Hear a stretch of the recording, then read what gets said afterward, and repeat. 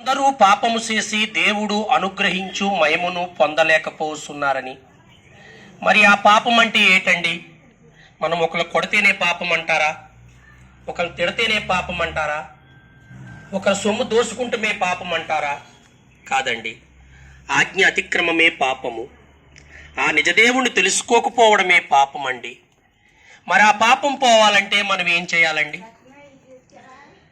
పాపం పోవాలంటే డబ్బుంటే ఖర్చు పెట్టడం కాదండి, డబ్బుంటే 10 మందికి పెట్టడం కాదండి. ఆ నిజమైన దేవుణ్ణి తెలుసుకుని ఆ పాపాన్ని విడిచిపెట్టడం అండి. అప్పుడు మనకి ఆ నిత్య జీవం ఉంటుందండి. ఆ నిత్య జీవం అంటే ఏంటండి? పరలోక రాజ్యము. ఇక్కడ మనము ఎంతకాలం బ్రతికినా ఏదో రోజు మన బంధుత్వాన్ని విడిచిపెట్టి, మన భార్యలను విడిచిపెట్టి, బిడ్డలను విడిచిపెట్టి, ఈ యొక్క ఊరినే వదిలిపెట్టి, ఈ దేశాన్నే వదిలిపెట్టి, ఈ భూమినే వదిలిపెట్టి మనం ఏదో రోజుని మరి వెళ్ళిపోవాలండి. ఇక్కడ శాశ్వతం కాదు కదండి. చూడండి, కరోనా వచ్చింది, ఎంతో మంది చనిపోయారండి. మరి ఏమన్నా పట్టుకెళ్ళారా? మనము పట్టుకెళ్ళమండి. కానీ దేవుడు అంటున్నాడండి, నేనే సాక్ష్యమును జీవమును మార్గమును, నాతో తప్ప తండ్రి వద్దకు రాడని యేసుక్రీస్తు ప్రభువారు స్పష్టం చేశారండి. మరి ఆ పాపం పోవాలంటే మనం ఏం చేయాలండి? ఆ పవిత్రుడైన, ఆ నిష్కలమంచుడైన, ఆ నీతిమంతుడైన, ఆ సత్యమంతుడైన, ఆ యథార్థమంతుడైన, ఆ సర్వాధికారమైన యేసు ప్రభువారు మరి 2000 సంవత్సరముల క్రితం అండి మీకోసం, నా కోసం, సర్వ మానవాళి కోసం నాయన ఆ తండ్రి ఈ లోకానికి వచ్చాడండి.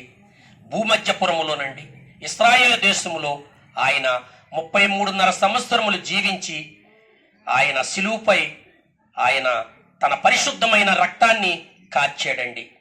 ఆ రక్తంలో ఎవరైతే కడగబడతారో, ఎవరైతే ఆయన్ని విశ్వసిస్తారో, ఎందరైతే ఆయన నామాన్ని ఆ నోటుతో ఒప్పుకుని హృదయంలో భద్రపరుచుకుని యథార్థంగా నీతిగా జీవిస్తారో వారికి ఆ నిత్య జీవం ఇస్తానని వాగ్దానం చేశారండి.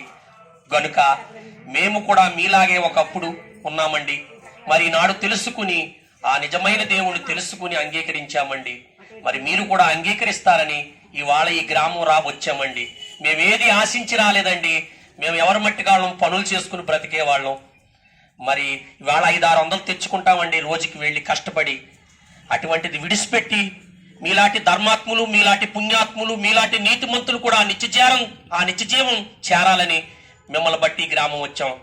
గనుక మీరు కూడా ఆ నిజ దేవుణ్ణి తెలుసుకుని ఆ నిత్య జీవం చేరతారని ప్రభు పేరట మీకు తెలియజేస్తున్నాం. అమ్మ, సహోదరి, సహోదరుడా, దీపం ఉండగానే ఇల్లు చక్క పెట్టుకోమన్నారు పెద్దలు. మరి ఈ భూమి మీద మనం శాశ్వతం అంటారా? బాల్యము, యవ్వనం, వార్ధక్యం, వృద్ధాప్యం. చూడండి, మరి ఒక వయసులోకి వస్తామండి, పిల్లలుగా ఉన్నప్పుడు, పెద్దోళ్ళుగా ఉన్నప్పుడు మరి కొంతకాలానికి అనేకమైన రోగాలు బారిన పడిపోతుంటాం. మన పిల్లలు మూలన పెడతారండి, తర్వాత మనం వెళ్ళిపోతుంటాం. మరి ఇక్కడ శాశ్వతం కాని దానికోసం మనం ఇక్కడ ఆతృత పడుతుంటాం. ఆ నిత్య జీవం మరి శాశ్వతమైందండి. అది 100 సంవత్సరాలు, 200 సంవత్సరాలు, 500 సంవత్సరాలు కాదండి, శాశ్వత లోకం. మన కొన్ని గ్రంథాలు కూడా చెప్తున్నాయండి పరలోకం, స్వర్గం ఉందని. మరి అదే పరలోకం అండి. ఈ గ్రహాలాంటి గ్రహాలు ఎన్నో ఉన్నాయండి ఈ లోకంలో. మళ్ళీ ఇంకొక నిత్యలోకం వెళ్తామండి, అక్కడ శాశ్వతంగా జీవిస్తామని మరి ఆ దేవుడు పరిశుద్ధ గ్రంథం బైబిల్ చెప్తుందండి. కాబట్టి నిజం తెలుసుకోండి.